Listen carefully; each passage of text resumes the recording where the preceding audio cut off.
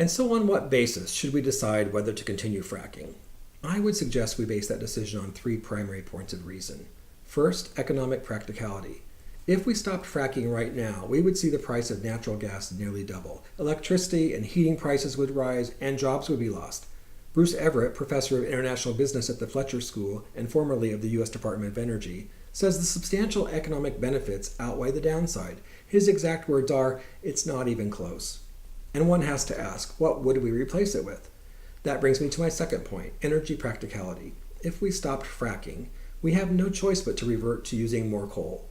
Geosciences professors Susan Brantley of Penn State and Anna Meyendorf of the University of Michigan both propose that we base our decision on empirical evidence and in comparison with other sources of energy, and I agree. I've already mentioned the pollution benefits of gas over coal, but what I've not mentioned is just how plentiful the supply of gas and oil is. In the Marcellus Shale beneath Pennsylvania alone, there is some 500 trillion cubic feet of natural gas, enough to power homes in the U.S. for the next 50 years at our current rate of use. And finally, environmental practicality.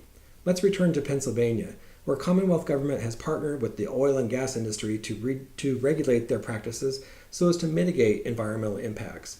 Deeper drilling has prevented contamination of drinking water, for example, and among other measures, the industry now recycles some 90% of the briny water byproduct for reuse in other fracking projects, a considerable benefit to conservation. In conclusion, we need only to glance across the Atlantic to see how fear of fracking has led Europeans to revert to an increased reliance on coal, with much worse pollution, much higher water use, and much higher energy costs.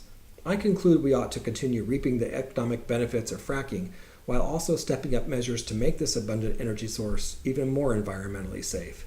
Fracking will buy us the time it may take to develop better and more renewable sources of energy for an even safer and cleaner future.